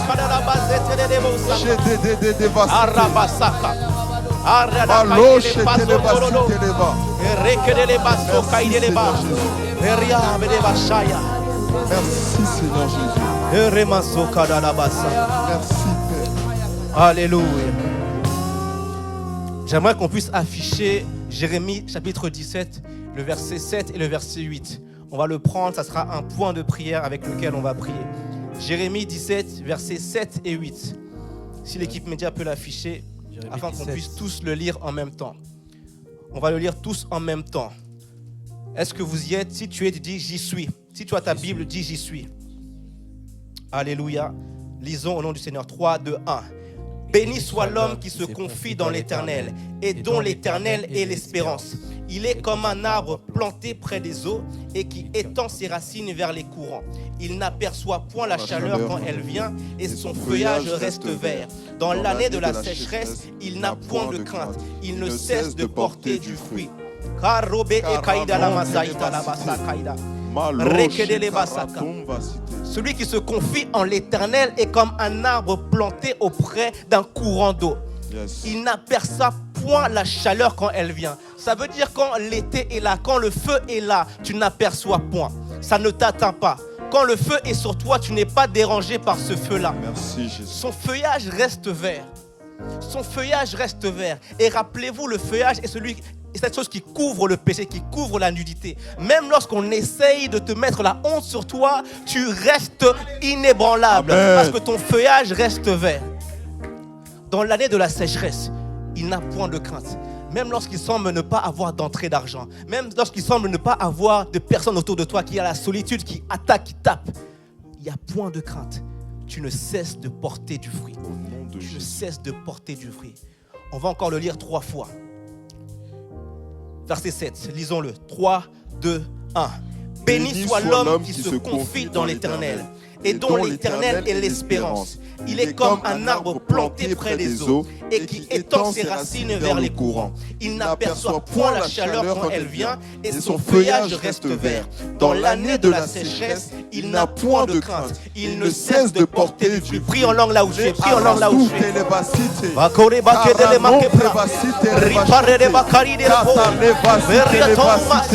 Renom parleva, rachete de seteleva, caranon de basiteleva, reseteleva chite, chadada leva, ranteleva siteleva, malochete, pataleva siteleva, ranon de basiteleva, chadada leva site, chadada reconteleva, reseteleva siteleva, cheteleva, caratisteleva site,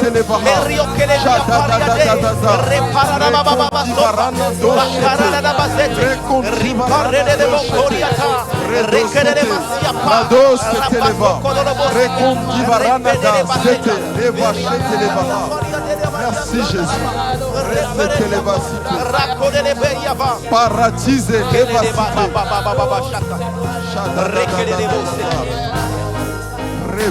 Alléluia. Le verset 8 dit quelque chose de très intéressant. Il est comme un arbre planté près des eaux et qui étend ses racines vers le courant. Vers le courant. Ça veut dire que ses racines sont tellement étendues qu'ils atteignent le courant. Vous voyez, un arbre que l'on voit comme ça n'a pas la dimension que l'on voit avec nos yeux. Ses racines sont tellement étendues qu'il cherche le courant. Ça veut dire que la dimension de l'arbre que tu vois n'est pas celle que tu vois uniquement. Parce que sous terre, il y a une autre dimension. Ça veut dire que les gens peuvent te voir comme tu es, peuvent te voir avec ta taille peut-être physique, peuvent te voir avec la taille de ton compte bancaire, peuvent te voir avec ce que tu es capable de proposer. Mais il y a des racines qui font de toi quelqu'un de géant. Dis avec moi, mes racines vont vers le courant d'eau. Mes racines vont vers les courants d'eau. Mes racines vont vers le courant d'eau. Mes racines vont vers le courant d'eau. Mes racines vont vers la bénédiction. Mes racines vont vers la bénédiction. Mes racines vont vers la gloire de Dieu. Mes racines vont vers la gloire de Dieu. Mes racines vont vers l'amour en Christ. Mes racines vont vers l'amour en Christ. Mes racines vont vers la restauration de ma famille. Mes racines vont vers la restauration de ma famille. Les racines vont vers la richesse. Mes racines vont vers la richesse. Commence à prier dans ce sens. Commence à prier dans ce sens. Oui, Père, nos racines, Seigneur, de s'étendent. Elles s'étendent et elles vont, Seigneur Dieu, vers le courant d'eau. Nos racines s'étendent et elles vont vers le courant d'eau. Père, les hommes peuvent me voir avec ma taille physique. Les hommes peuvent me voir avec ce qu'ils voient visiblement, avec l'œil nu. Mais Seigneur, mes racines sont étendues et ma dimension est celle d'un géant. Ma dimension est celle d'un géant. Dans le nom de Jésus, je décrète, papa, que mes racines vont vers le courant d'eau de la richesse. Mes racines vont vers le courant d'eau de la réussite. Mes racines vont vers le courant d'eau de la restauration de toute ma famille. Mes racines vont vers le courant d'eau de la guérison. Dans le nom puissant de Jésus, je le décrète, papa, et je prie cela, papa, pour l'église de grâce.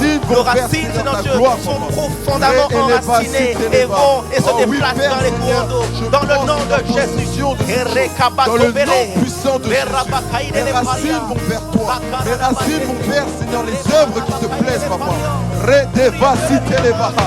Élève ta voix et prie. Élève ta voix et prie. Oh oui, Père Seigneur, je proclame et je déclare que mes racines vont vers la richesse, vont vers la paix du cœur, la restauration de mon âme, la restauration de ma famille, la restauration de mes finances, la restauration de ma famille, la restauration, papa. La restauration, Seigneur, se trouve en toi, se trouve en celui en qui j'ai cru, se trouve en celui en qui je crois, se trouve en celui en qui j'ai placé toute ma confiance et mon espérance. Oh oui, Seigneur Jésus. C'est en toi, Seigneur, que je crois. Et c'est en toi, Papa, Seigneur, que je place. Alléluia. On va encore le lire une fois. Verset 7. Verset 7. Nous lisons 3, 2, 1. Béni soit l'homme qui se confie dans l'Éternel et dont l'Éternel est l'espérance.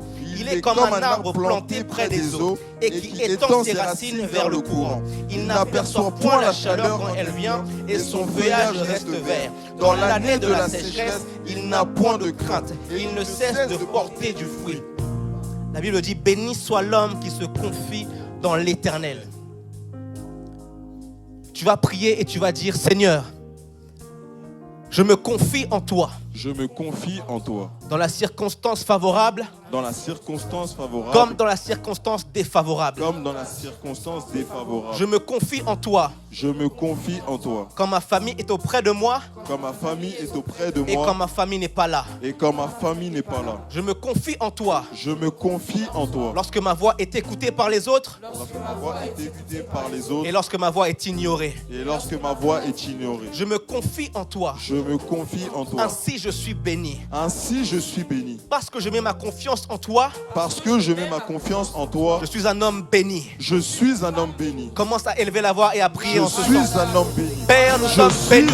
Parce que nous nous confions en toi. Je suis un homme béni. Nous sommes bénis, Seigneur Dieu, Papa. Je suis un homme parce que peu importe les circonstances, cette parole Père, parce nous que plaçons je notre suis confiance un homme en toi, béni. Jésus. Oui, Père, tu m'as Nous donné le plaçons notre pouvoir, confiance Papa, en toi, Yahweh. d'être béni. Tu m'as Oh donné Père, la nous grâce et la sommes faveur assurés d'être qu'avec béni. toi, Seigneur Je Dieu, suis Papa, un homme nous béni. ne manquerons de rien. Par toi, je Nous suis sommes un homme assurés béni. qu'avec Par toi, toi, j'ai Seigneur Jésus, l'assurance nous ne serons pas confus. de Nous mon sommes cœur. Par toi, assurés j'ai que nous l'assurance, sommes Papa, bénis. que je Bénis suis par ton nom, capable de parce que faire nous des nous choses. confions Peu en toi. importe que le Que les monde soit hommes avec nous moi, écoutent, peu que les hommes importe nous que le écoutent monde pas, soit que la contre moi, famille nous je agrée, crois que la réellement, Papa, famille nous Seigneur, rejette. qu'en toi, Père, je suis nous sommes capable bénis. de toutes Car nous choses. nous Peu confions en importe toi. que ma Dans famille le nom de m'abandonne, Jésus. peu importe que ma famille soit à mes côtés, peu importe que mon équipe m'écoute, peu importe que l'on m'écoute, Papa, Seigneur, je place mon espérance en toi. Car non dévassi televa, non kateleva, non se televa cité, rachete de dévassi televa, rados et tekiliva, maloche televa, rikondiva ranadoshete. Oh oui, Père Seigneur, je crois en toi. Je place toute mon espérance et ma confiance en toi. Oh oui, Père, tu ne m'as pas abandonné, même dans les situations les plus compliquées de ma vie. Oui, Père, tu ne m'as pas abandonné, même dans les situations les plus compliquées de ma vie. Alors, Père, reçois Alléluia. le cri de mon cœur. Nous allons lire une dernière fois. Verset 7. 3, 2, 1. Béni soit l'homme qui se confie dans l'Éternel et dont l'Éternel est l'espérance. Il est comme un arbre planté près des eaux et qui étend ses racines vers le courant. Il n'aperçoit point la chaleur quand elle vient et son feuillage reste vert. Dans l'année de la sécheresse, il n'a point de crainte et il ne cesse de porter du fruit. Il ne cesse de porter du fruit. Dis, je ne cesse de porter du fruit. Je ne cesse de porter du Je ne fruit. cesse de porter du fruit. Je ne cesse de porter du fruit. Et dis-moi pourquoi. Parce que les saisons qui sont autour de toi, le climat qui t'environne ne compte pas afin que tes fruits soient portés. Ce n'est pas ce qui définit ta saison de productivité. On a dit Jésus est ma saison. On dit Jésus est ma saison. Jésus est ma saison. Jésus est ma saison. Jésus est ma saison. Et voici ce que le Seigneur dit. Il dit que la gloire que tu m'as donnée, je leur ai donnée. La doxa que tu m'as donnée, la réputation que tu m'as donnée, Seigneur, je la donne à eux. Si Jésus avait la réputation de toujours porter du fruit, ça veut dire que tu as la réputation de toujours porter du fruit. Amen. Dis, je porte du fruit. Je porte du fruit. Parce que je suis la bonne saison. Parce que je suis la bonne saison. Je porte du fruit. Je porte du fruit. Parce que je suis l'éternelle saison de victoire. Parce que je suis l'éternelle Dis saison de encore, victoire. je suis l'éternelle saison de victoire. Je suis l'éternelle saison de Dis encore, victoire. je suis l'éternelle saison de victoire. Je suis l'éternelle Et lève ta voix, saison de commence à victoire. déclarer cela Je au nom suis de Jésus. l'éternel. Père, nous sommes l'éternelle saison de victoire. Nous sommes une saison ambulante. Là où nous marchons, Seigneur Dieu, s'il faisait froid, voici le climat est changé. Là où nous marchons, Seigneur, s'il y avait la chaleur, voici le climat est changé. Là où nous marchons, Papa, si la circonstance était défavorable, voici la faveur s'approche. Dans le nom de Jésus, nous déclarons, nous décrétons que nous sommes la saison éternelle de victoire. Dans le nom puissant de Jésus. Et les paria pas, veroque de les paria, rabaco de les masepa, repara baba recaria poria viete, rebore de caïda les mains, repara baba, roque de les peria, verraba caïda les paso pariade, ripare de basso calama, barago c'est les mains, pousse encore en prière, pousse en prière, pousse en prière, reque de les passer les mains, rabacana la main, c'est les biavi, recriana, c'est les mains, rabo c'est caliapa, rebo c'est les mains, c'est calabaïse, parle de mon La plante de mon pied. Je suis dans la victoire. Je suis dans la victoire parce que Jésus, tu es ma saison. Je suis dans la saison parce que je marche avec celui qui est la saison. Je suis avec celui qui est la saison. Élève ta voix et crie. Je suis dans la saison. Je suis dans ma saison. Merci Jésus. Merci parce que tu es avec moi. Merci parce que tu es avec moi. Et que je crois réellement que partout où je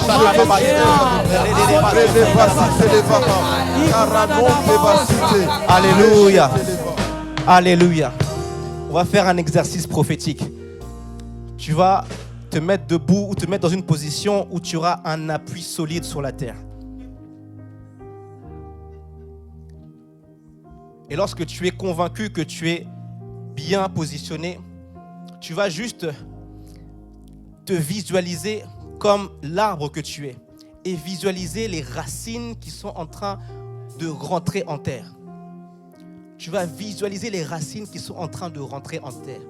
Et alors qu'on sera en train de prier, ces racines vont chercher ce que tu as besoin.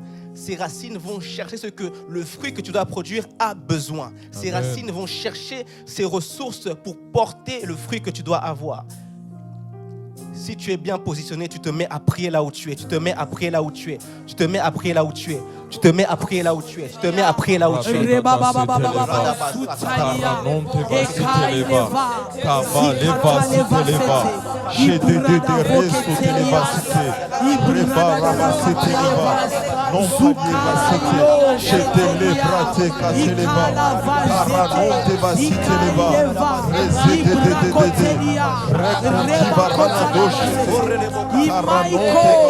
Oh oui, Père. Oh oui, Seigneur.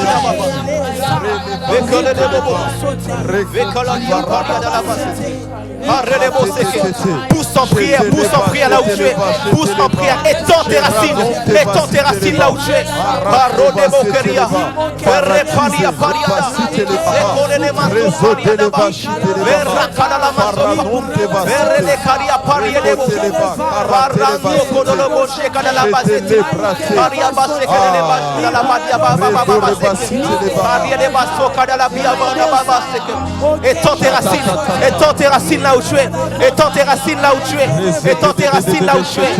Étends tes racines là où tu es. Étends tes racines là où tu es.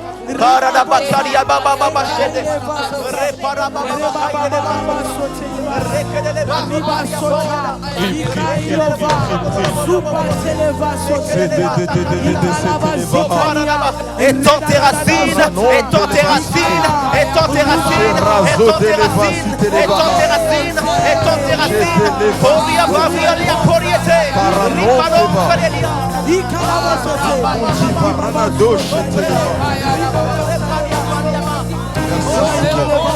Étends tes racines, étends tes racines, étends tes racines.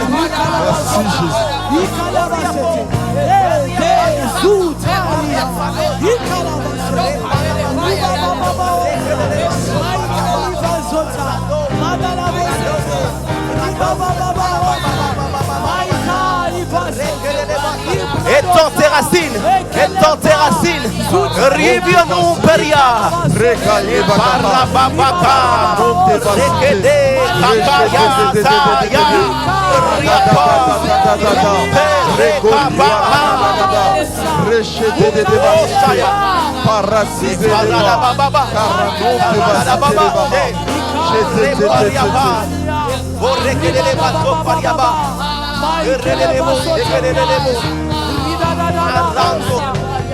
étends tes racines, étends tes racines.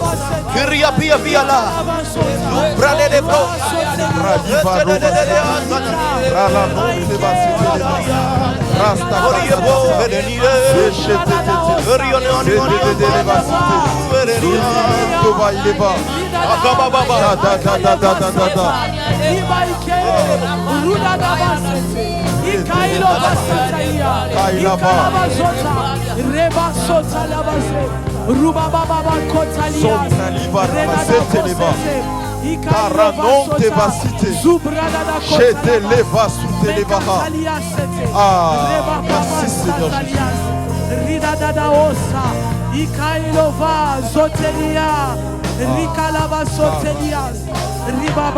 Alléluia.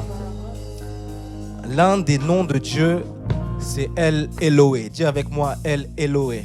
El Eloé. Et la Bible dit El Eloé Israël. Et ça veut tout simplement dire le Dieu d'Israël. Et le peuple juif s'est approprié Dieu. On connaît El Elyon, le Dieu très haut. On connaît El Shaddai, le Dieu tout-puissant. Et jusque-là, les noms de Dieu étaient rattachés uniquement à ce qui caractérisait Dieu. Mais ce peuple-là a dit non.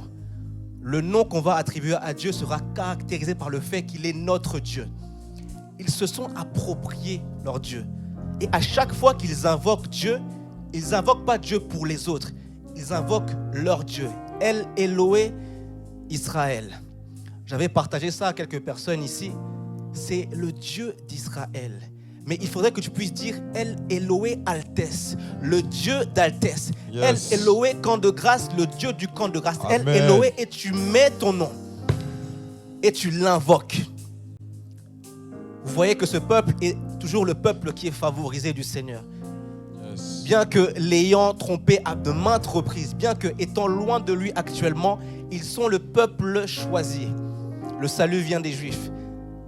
Mais j'aimerais que ce matin, tu puisses changer la donne et dire le salut vient de moi. Que tu puisses dire j'invoque El Eloé Altesse. J'invoque El Eloé et tu places ton nom. On va passer dans une session d'invocation où tu vas invoquer ton Dieu et tu vas mettre ton nom. Tu vas invoquer ton Dieu à toi. Non pas le Dieu du camp de grâce, non pas le Dieu du prophète Yann, mais ton Dieu à toi. Yes. Élève ta voix et invoque El Eloé. Invoque ton Dieu. Invoque ton Dieu. Invoque ton Dieu. Père, je suis venu invoquer le Dieu d'Altesse. Je suis venu invoquer le Dieu des Kambala. Je suis venu invoquer le Dieu qui m'a appelé. Je suis venu invoquer le Dieu qui m'a designé. Je suis venu invoquer le Dieu qui m'a fait naître de Yves Kambala et de Sylvie, de José Baloki. Je suis venu invoquer le Dieu d'Altesse. El Eloé Altesse. Le Dieu d'Altesse. Le Dieu de ma vie. Le Dieu de mes prières. Le Dieu de ma destinée. Le Dieu de mon futur. Le Dieu de mon présent. Le Dieu de mon passé. Le Dieu de mon temps sur terre. Le Dieu de mon temps dans le ciel. Le Dieu de ma vie. Le Dieu de ma destinée. Je t'invoque ce matin. Je t'invoque ce matin. C'est une invocation sérieuse. Riapa. Rekada baba baba se pariapa. Rekedele base pariata. Nous parle de Koriepe. Verada baba baba kaide. Invoque-le. Invoque-le. Invoque ton Dieu là où tu es. Invoque ton Dieu là où tu es. Ma baba bakaide. Réparer les bakaide les pas. Radon et pariete et va ana ala bakiete. Ricaro de basso parié. Parada bakaide. Manzunde le carrier. Rekede de bose pas.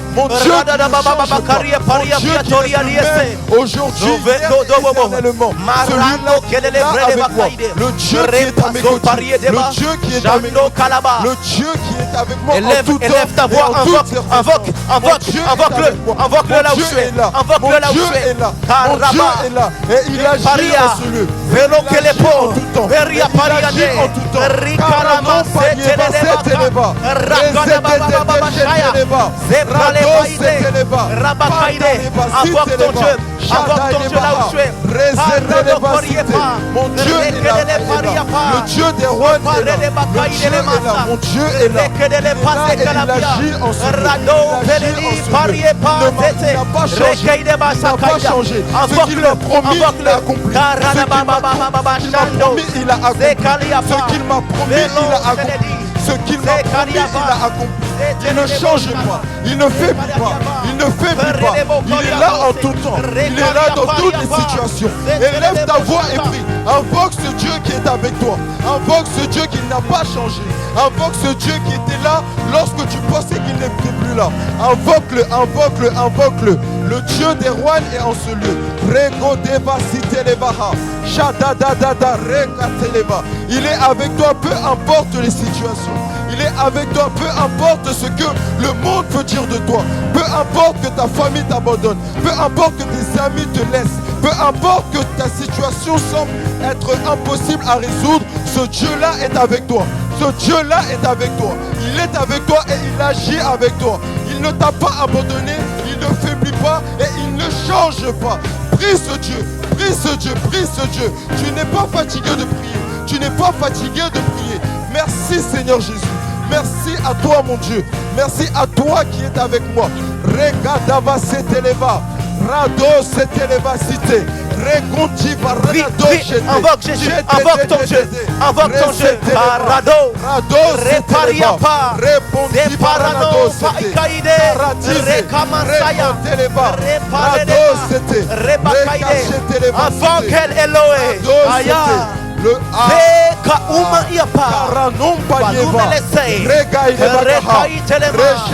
nous t'invoquons, Jésus. Nous t'invoquons, Dieu de notre vie. Nous t'invoquons, Seigneur. Zoupa libacité. Ah. Et prie, prie, prie, prie, prie, prie, prie. Prie, prie, prie, prie, prie. Caranon te vasite les baha. Mon Dieu est présent en ce lieu. Ton Dieu est présent en ce lieu. Invoque-le, invoque-le comme si c'était la dernière fois. Invoque-le, invoque-le comme si tu n'avais plus de solution. Comme si tu n'avais plus de solution. C'est le Dieu de ta solution. C'est le Dieu de ta solution. Le Dieu qui est capable de résoudre n'importe quelle situation. Ah! Rechete vasite baha. Caranon te vasite les baha. Il est présent en ce lieu. Il est présent en ce lieu. Ne te fatigue pas de prier. Prie, prie, prie, prie, prie, prie. Caranon, vas-y, vas-y, télébaha. Rachada, il va citer. Non pas les va citer les bas. Caratele va citer les bas. Jete les bras de paradia. Ah. Merci Seigneur Jésus. Merci Seigneur Jésus. Merci Seigneur Jésus. Merci Seigneur Jésus. Merci pour ce que tu fais. Ah, redo rebasite leva. Rada da da da da da. Rejede rebasite. Rega ilevagaha. Ah. Merci Seigneur. Parate rebasite. Rado s'éleva.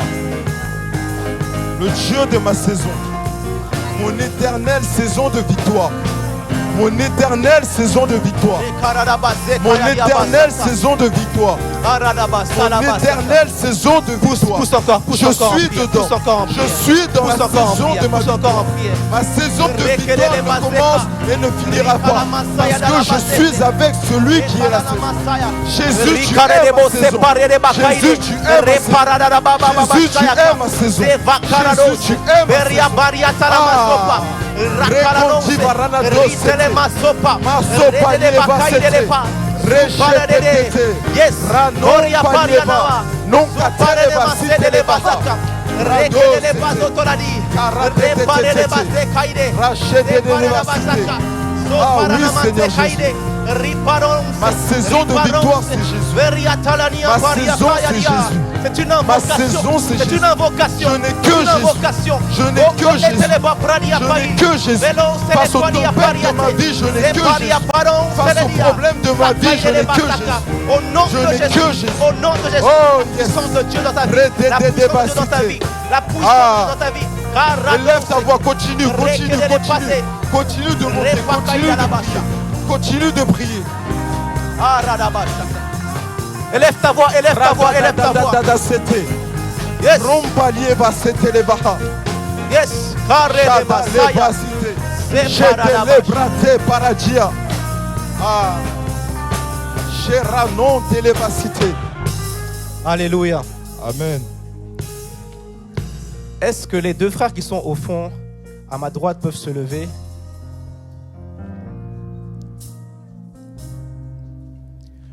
Alors que je priais, le Seigneur m'a fait juste montrer une flamme sur vous deux.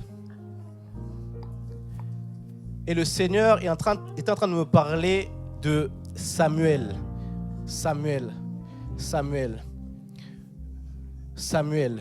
Je ne sais pas si vous avez un rapport avec un Samuel ou si le nom Samuel fait écho pour vous. Samuel. Vous pouvez dire oui ou non. Oui ou non. Non. Le Seigneur est en train d'appeler quelqu'un comme Samuel et je voyais une flamme sur vos vies. Je voyais une flamme sur vos vies. Et alors que j'étais à mon poste, j'étais dans ma tour et le Seigneur me montrait. Je veillais afin de voir ce que le Seigneur me montrerait. Et des visions se sont imposées à mon esprit et je voyais juste quelqu'un posé sur un piano en train d'adorer le Seigneur, en train de composer comme des cantiques à la gloire de Dieu, en train de composer des choses à la gloire de Dieu. Et le Seigneur est en train de me montrer quelqu'un en train d'écrire, de composer des choses pour la gloire de Dieu. Et je voyais vraiment une personne sur un piano en train de composer.